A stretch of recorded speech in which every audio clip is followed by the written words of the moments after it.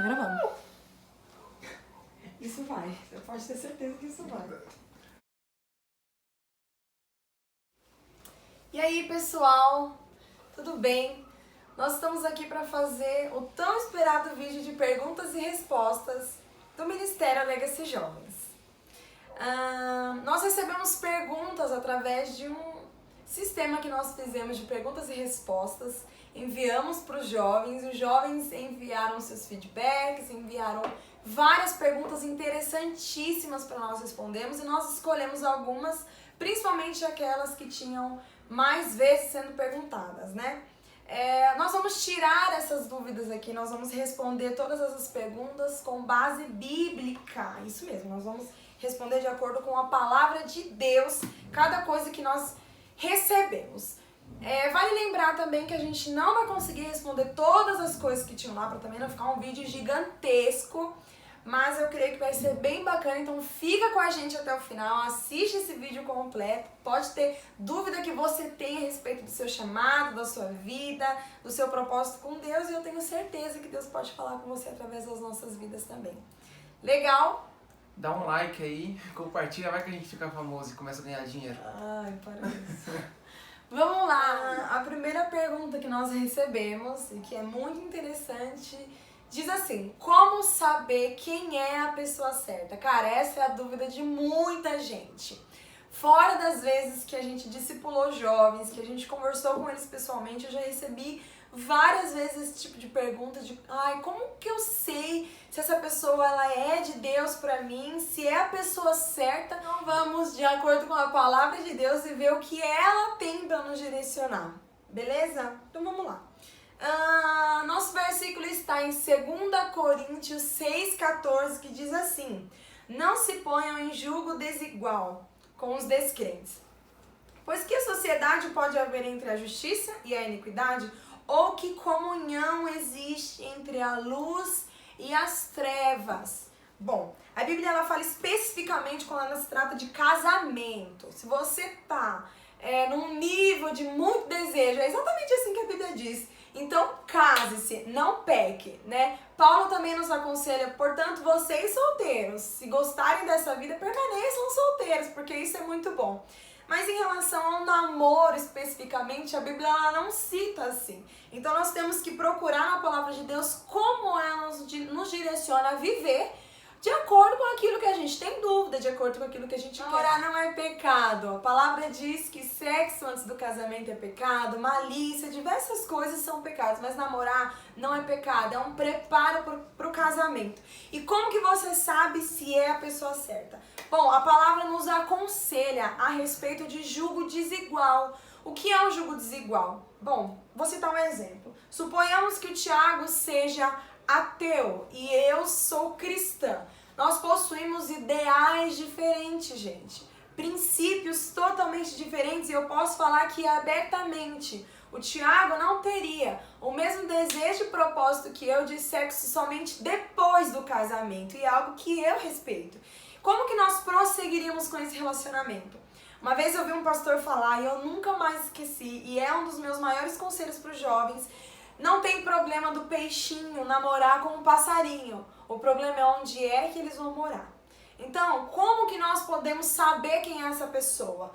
Analise a pessoa, sabe? Não queira espiritualizar demais, não queira achar que vai descer um anjo do céu e vai revelar dizendo: o Senhor está dizendo que essa pessoa é para você. Não, gente, isso não existe. Entenda fisicamente, analise essa pessoa, como que essa pessoa é trabalhadora, essa pessoa é esforçada, essa pessoa respeita os pais, quais são os princípios dessa pessoa, quais são os desejos dela, o que ela pensa da Bíblia, se você é cristão, o que ela pensa da sua igreja, o que ela pensa do seu chamado.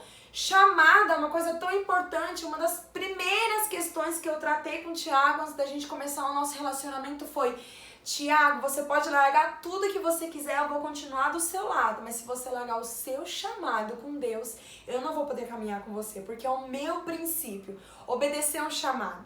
Hoje à tarde, quando nós estávamos conversando sobre essas perguntas, e especificamente sobre essa, o Tiago deu um exemplo falando: poxa, e se a pessoa tem um chamado de ir para a África, fazer uma missão, salvar pessoas, seja em qualquer lugar do mundo, e o chamado do cônjuge dela é ficar em casa ou é trabalhar apenas na sua igreja local.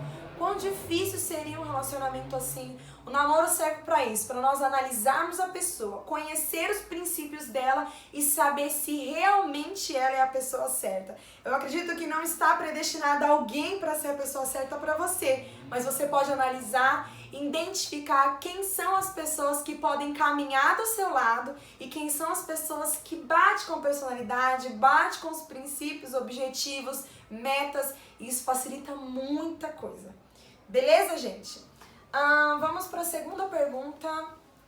Essa é bem interessante, a gente gostou, a gente se sentiu desafiado em responder essa pergunta. Ela diz assim: como conseguem assistir séries que tem cena de sexo e com palavrão sem perder a santidade? Olha só, exemplo, La Casa de Papel. Hoje à tarde, quando nós estávamos discutindo sobre essa questão também, o Thiago me voltou uma pergunta relacionada a essa pergunta, e ele disse assim: Má, como que a gente consegue viver nesse mundo que jaz do maligno, viver nesse mundo que está cheio de pecado sem nos corrompermos, sem perder a nossa santidade?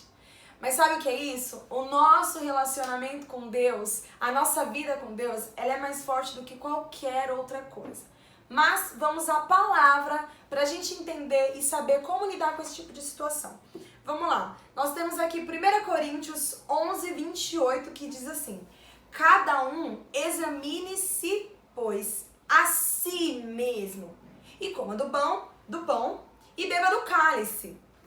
É muito famoso esse versículo, a gente usa para ministrar a Santa Ceia na igreja.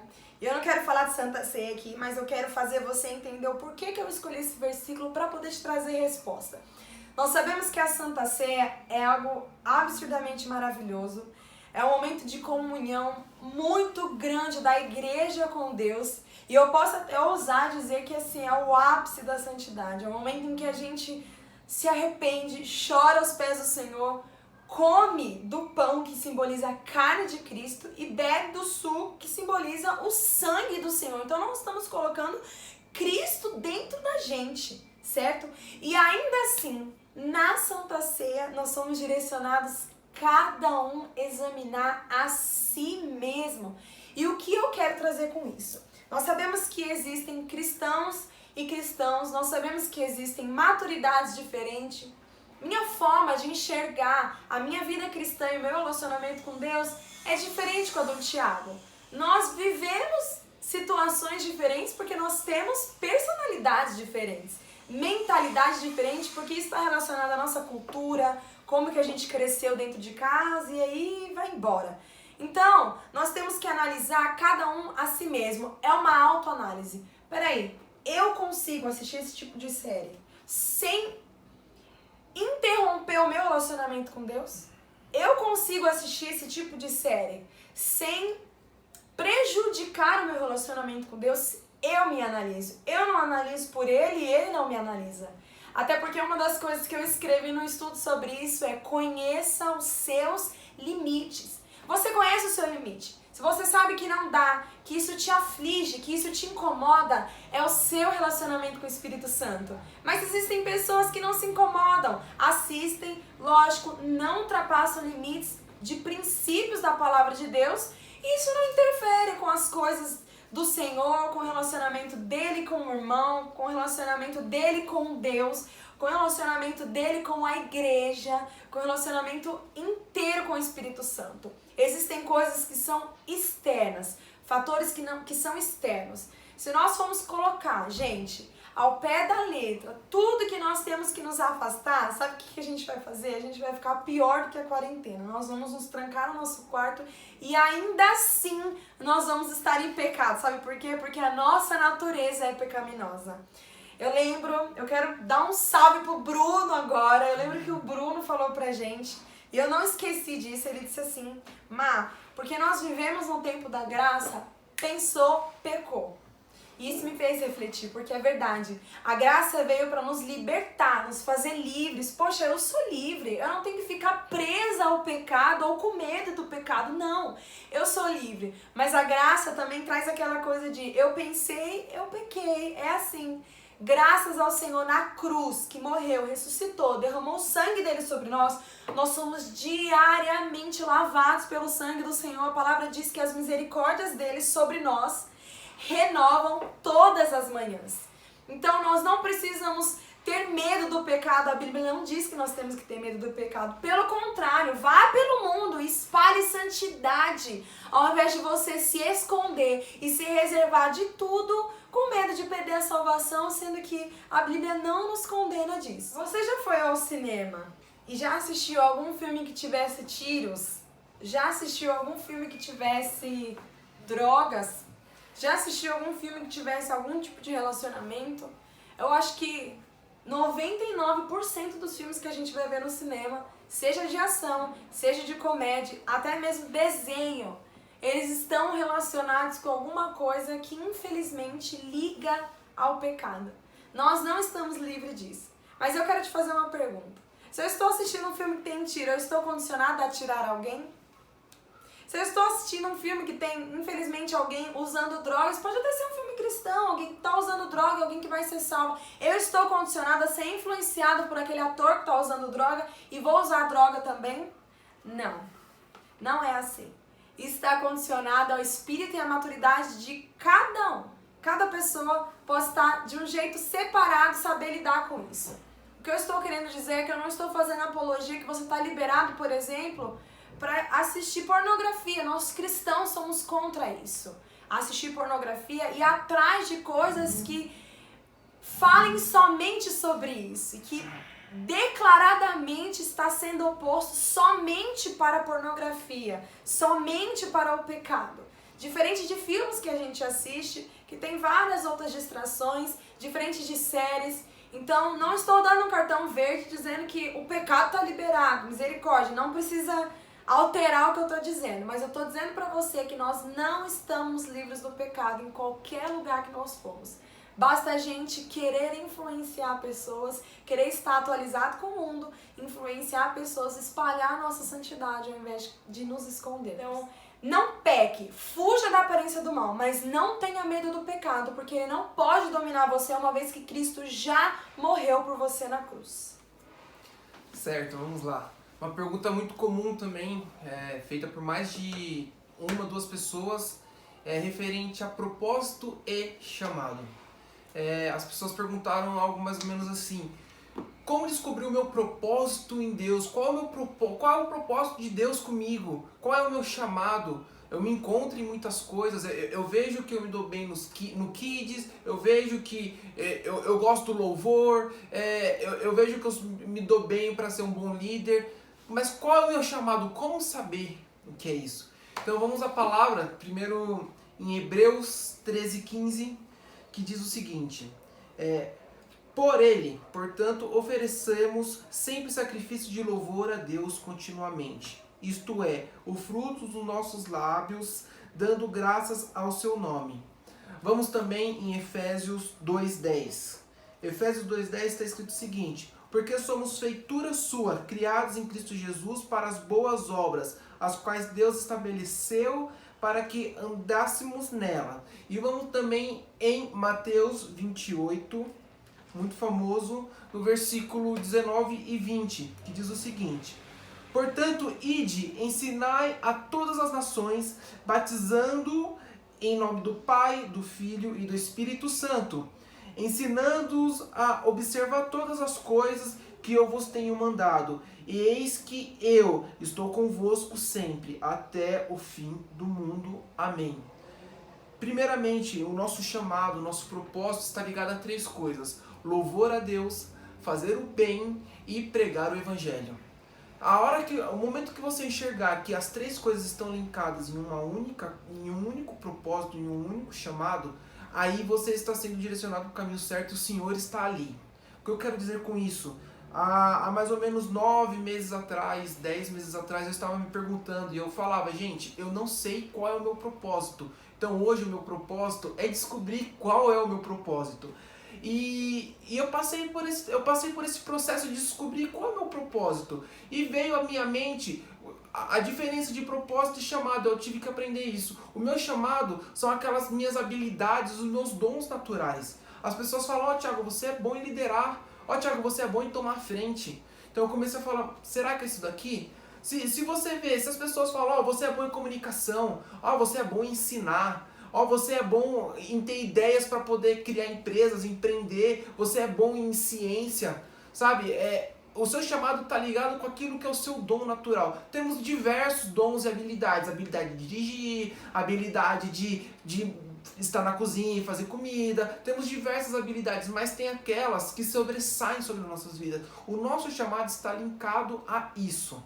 Então, o nosso chamado é o nosso ponto mais forte. E o propósito é aquilo que está ligado no que é algo maior, algo supremo. Se eu te desse 10 milhões, 20 milhões de reais na sua mão hoje, o que você faria? Largaria seu emprego? Pararia de fazer o que você faz hoje dentro da igreja? O que você faria? As coisas que você faz em meio à sociedade, você pararia tudo? Tiraria uma férias eterna? Talvez aí você precise descobrir realmente qual é o seu chamado. Ou se você acha que o seu chamado hoje é tocar no louvor, mas se você recebesse esse dinheiro, você pararia porque você ia sair, ia viajar mundo afora. Então talvez você está faltando um propósito na sua vida. Porque o propósito ele é inabalável, ele não muda. Não interessa se você tem ou se você não tem dinheiro, se você tem ou não tem condições. O seu chamado é único. E o Senhor aos poucos vai revelando ele para você. Eu falo isso por mim. Eu comecei, Senhor, eu quero descobrir qual que é o meu propósito. E eu comecei a ver os meus pontos fortes e eu comecei a testá-los. Eu comecei a colocar em prática aquilo que o Senhor vinha me revelando. E aos poucos fui amadurecendo e o Senhor me revelou mais um pouco. Agora a liderança de jovens. Junto uma liderança de GC. Agora essas pessoas para você tratar e cuidar. E aos poucos o Senhor vai colocando as coisas na minha vida e vai revelando. Tiago, daqui a pouco eu quero que você chegue em tal nível. E aos poucos, eu não sei o que o Senhor espera de mim. Eu não sei o que o Senhor tem preparado para mim daqui 5 anos. Mas só que eu estou rumo a um lugar onde o Senhor é prioridade, onde eu estou dando lugar ao meu propósito e aos poucos vai se revelando. E tudo isso está linkado com louvar a Deus, que tudo que eu faço seja para a honra e o nome do Senhor que seja engrandecido, que seja sempre para fazer bem às pessoas. Se você está focado em algo que pegue somente para você, somente para encher o seu ego, somente para encher seu bolso de dinheiro, somente para dentro da sua casa, aí falta propósito aí. Porque o propósito sempre está ligado a fazer o bem, ajudar a sociedade. E também tem a questão de pregar o evangelho. O Senhor nos chamou para uma única coisa, principalmente, a principal coisa é ide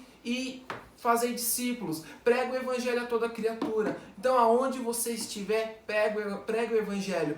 Se o seu chamado, se você está vendo que o seu forte é empreender, não quer dizer que você não estou fazendo nada para Deus. Não, dentro do seu empreendimento, faça você a diferença e pregue o evangelho. Isso não quer dizer que é só dentro da esfera, dentro da igreja. Existem todas as esferas sociais, na ciência, precisa de gente dentro do comércio, precisa de gente dentro da igreja, sim, precisa de gente indo para fora. Só que a gente precisamos de todos, cada um fazendo a sua função. Eu não posso cobrar de você o que Deus me chamou para fazer. E você não pode me cobrar o que Deus cobrou você para fazer. Se você está incomodado porque eu não estou ajudando as crianças na África, talvez esse seja o seu propósito e você que tem que ir para a África. O meu propósito o Senhor tem revelado para mim e eu tenho corrido e buscado fazer e da melhor forma. E que o Senhor vai te revelar e vai te mostrar. Sabe, busque e o Senhor vai te revelando, o Espírito Santo vai te conduzindo, Ele vai te mostrando o que você tem que fazer, como você deve fazer e as coisas vão se sobressaindo naturalmente, as coisas vão acontecer naturalmente na sua vida. Certo? Seja ousado também, né? Vai atrás do seu propósito, vai buscar realizá-lo, não fique com medo. Vai pra cima, assuma seu propósito depois que você descobrir e não deixe as pessoas perdidas por aí. Você tem capacidade para amar. Quando nós falamos sobre divulga o evangelho, prega o evangelho, não é porque nós queremos a nossa religião acima de tudo, não. Mas porque nós queremos pregar amor do Senhor. E o evangelho, ele é amor de Jesus. E é isso que nós queremos mostrar. Cara, Jesus ama você incondicionalmente. E essa é uma verdade absoluta, de verdade. Próxima pergunta. Afinal, existe livre-arbítrio ou não? A gente adorou essa pergunta, de verdade. Vamos na Bíblia para poder responder ela, tá bom? Vamos em Jeremias capítulo 21, versículo 8, que diz assim: a este povo você dirá o seguinte: diz o Senhor, eis que ponho diante de vocês o caminho da vida e o caminho da morte. Bom, esse povo estava diante de duas realidades e eles teriam que escolher: ou você quer a vida ou você quer a morte. O que nós temos para falar sobre livre-arbítrio? Nós queremos colocar uma realidade aqui sobre o equilíbrio. A palavra diz que o equilíbrio, ela traz vida pra gente, tá em Provérbios. Nós precisamos ter equilíbrio. É errado eu dizer pra você que nós não temos livre-arbítrio totalmente. 0% de chance de ter livre-arbítrio, sendo que Deus não é um Deus que controla-nos como marionetes. Não, tá errado. Eu também não posso dizer que nós temos 100% de livre-arbítrio, porque também está errado, tá? Pesquisadores dizem que até mesmo o nosso cérebro, antes de pensar, ele já veio condicionado a um pensamento que não foi nosso. Estudos muito sérios sobre isso, sobre o nosso livre-arbítrio do cérebro, e é bem bacana. Então nós não podemos ser radicais relacionados a isso. Eu faço uma pergunta para você. Se nós não tivéssemos totalmente o livre-arbítrio, se nós não tivéssemos decisão em nada, escolha em nada, será que até o próprio diabo não deveria ter sido diabo? Foi uma das coisas que a gente achou num estudo interessantíssimo sobre a função, né? Sobre livre-arbítrio. Porque se Deus condicionou tudo, e se Deus fez tudo, e se Deus não deu opção para ninguém, então o diabo já estava predestinado a ser o diabo, o anjo que foi escolhido para ser o diabo, e todos nós já tem metade da terra que está condenada e metade da terra que já está salva. E as coisas não são bem assim, nós não podemos ser radicais.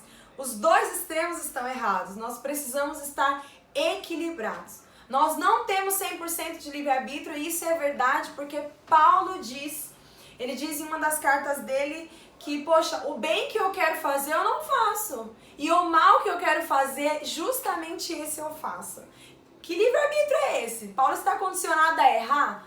Então nós temos algo equilibrado aí, certo? Nós não temos nem 8 e nem 80. Nós temos que achar o meio termo nisso. Isso significa também que nós temos sim peso nas nossas atitudes e peso nas nossas decisões. São as nossas decisões, a escolha do caminho de vida ou a escolha do caminho da morte, que vai nos fazer chegar no nosso destino, certo? Se eu, acreditando na minha predestinação de ser salva, porque eu nasci para isso, eu errar, eu vacilar, e eu não for uma pessoa boa, eu não obedecer os mandamentos do meu Senhor, e eu fazer tudo que eu quiser fazer por aí, matar, roubar, destruir, fazer o capeta 4, eu não vou ser salva, cara. Não vai ter salvação pra mim. A Bíblia diz isso. E foi uma escolha minha. Mas nós podemos escolher o caminho da vida e o caminho da morte. E eu tenho uma coisa para te dizer: Jesus é o caminho da vida. Ele é o caminho, ele é a verdade e ele é a vida. Então, quero deixar bem claro que essa questão do livre-arbítrio ela é muito estudada e ela é muito debatida de verdade. Mas a palavra diz que nós temos que ter equilíbrio para poder ter vida. Nem 8, nem 80. Nem 0 de livre-arbítrio, nem 100% de livre-arbítrio. Nós temos que ter um equilíbrio. Nós possuímos poder sobre as nossas decisões, mas também nós temos um Deus que sabe de todas as coisas e que nos conduz para o caminho melhor de salvação. Eu vi estudando sobre isso, né, hoje, por conta dessa pergunta, eu vi um vídeo do nosso líder, o pastor Lucinho, que ele fala o seguinte: você está no transatlântico, tem 20 andares, tem o quarto para você dormir, tem quadra para você jogar, tem cinema, tem a balada, tem isso, tem aquilo, tem a piscina, tem o toboágua, você pode, nesse transatlântico, ele está indo para um destino, mas lá dentro você faz o que você quiser. Se você quer ir para a balada, se você quer ir, vamos dizer assim, para a parte do pecado, você vai. Agora, se você escolher a outra parte, aí, se você escolher a parte de santidade, a parte, você escolhe. Agora eu vou ficar no meu quarto. Agora eu vou para tal lugar. Só que aquele transatlântico tem um destino. Então, tá aí condicionando, tem que ter o equilíbrio. Não é 100% a falta do livre-arbítrio, mas não é nem 8 nem 80. Tem um destino, mas só que a gente está condicionado lá dentro, a gente tá podendo fazer o que a gente quiser. Eu e o Thiago, nós estávamos conversando esses dias sobre isso, mas a gente conversou tanto, a ponto do Thiago foi tão revoltado que ele me ligou, vamos falar sobre isso, vamos falar sobre calvinismo, vamos discutir sobre um monte de coisa. E ele virou pra mim e falou assim, Má, Deus sabe de todas as coisas já. Deus sabe quem vai pro inferno, Deus sabe quem vai pro céu, Deus sabe isso, Deus sabe aquilo. E sabe o que eu falei pra ele? Thiago, o fato de eu saber sobre a vida da minha vizinha não significa que eu sou a decisora, que eu sou a pessoa que escolhe as coisas por ela. Eu sei. O fato de Deus ser onisciente, saber, não significa que Ele decide as coisas por nós. Isso vale a pena sempre lembrar. Deus sabe do nosso destino, Deus sabe de todas as coisas, mas não é Ele que decide as coisas por nós. Certo. Próxima pergunta e a última. A pessoa questionou o seguinte: me envolvi com uma pessoa que não é da igreja, como posso me perdoar por conta desse deslize que eu tive? Podemos abrir a Bíblia em Jeremias 31:34, que diz: porque eu lhes perdoarei a maldade e não me lembrarei mais dos seus pecados. Primeiro, perdoar não é um sentimento. Você não sente, tô sentindo de perdoar a Marina hoje. Eu quero perdoar. Não, agora Deus está me mostrando, está me dando a paz, o sentimento de perdão. Não existe isso. Você escolhe perdoar. Deus escolheu nos perdoar. Mandou o seu filho carregou os nossos pecados na cruz e nos perdoou. Então perdoe-se. Faça isso, chegue no seu quarto, dobre o seu joelho, feche a sua porta, fale em voz alta. Não é falar em voz alta para Deus ouvir, não, para você mesmo ouvir, associar que você está se perdoando. E assim, de todo o teu coração, peça perdão ao Senhor, Ele vai te perdoar. Peça perdão, seja sincero na sua oração. Senhor, estou arrependido, não quero mais cometer esse deslize, não quero mais cometer esse erro, me perdoa. Faz isso em voz alta para você associar, para o seu cérebro associar que você está se perdoando. Isso vale para todas as esferas da vida. Isso vale para, às vezes, eu ouvindo uma pregação do Lucinho também, ele não se perdoava porque ele sentia que ele tinha matado a mãe dele, porque a mãe dele morreu por uma doença hospitalar. Só que o problema é que a mãe dele vivia no hospital levando o próprio Lucinho para a igreja. E ele carregou esse pecado por anos, ele carregou esse peso por anos na vida, falando, eu matei a minha mãe. Até que chegou um momento que ele colocou e falou, não fui eu que matei minha mãe. E outra, tudo está aos pés da cruz. Sabe, se perdoa, para de carregar esse pecado. Para de carregar esse peso, essa culpa, não vale a pena. Então, é simples. É uma das coisas mais complicadas, sim, eu sei. Mas ajoelhe, pede ao Senhor, o Senhor vai vir, peça que o Espírito Santo venha e te consola. Sabe, peça o abraço dele, peça o carinho dele, ele tá aí, ele tá disponível para isso. Ele está esperando você pedir, ele não vai ser invasivo. Então, perdão é uma escolha. Você escolhe perdoar. E é também um ato de amor próprio, né? Sabia? Eu estava aconselhando uma jovem esses dias e cabe muito nesse assunto. Conversando com ela, eu disse, ame a si mesmo. Ame a si mesmo a ponto de entender que você está liberada para errar. Nós estamos liberados para não sermos perfeitos. Jesus morreu pelos pecadores. A palavra diz que o Senhor veio para os que não eram sarados. Ele veio para os doentes, para os perdidos, para os pecadores. Graças a Deus que eu sou uma pecadora e que eu não mereço. Então, você que está assistindo a gente, não sei se a pessoa que mandou essa pergunta tá ouvindo a gente, tá assistindo, e se tiver também, mas isso serve, como o Thiago disse, para inúmeras coisas. se ame e se perdoe. Entenda que você está liberada e você está liberado para errar, porque nós não somos perfeitos. Eu aconselhei a menina dizendo, nós não somos heróis. Não queira ser uma super-heroína, não queira ser um super-herói, porque nós não somos. E quanto mais a gente coloca esse fardo de super-herói, super-heroína sobre nós, a gente quer ser perfeito e quando a gente dá um deslize, nosso mundo acaba. Se liberte disso. Jesus te libertou na cruz do Calvário. Então, se perdoe, porque Jesus sempre nos perdoa quando nós levamos a Ele um arrependimento sincero. Entenda que Ele já colocou isso no mar do esquecimento. Agora você precisa se amar e entender que você pode errar porque você é um ser humano. Amém? Amém. Eu acho que é isso. Eu espero que tenham gostado. A gente termina aqui o nosso vídeo. As perguntas que nos enviaram, essas perguntas foram maravilhosas e que bom que a gente tem isso aqui, de verdade. Existem algumas perguntas aqui que nos fez refletir, nos fez pensar e acabou sendo até dúvida nossa, de verdade.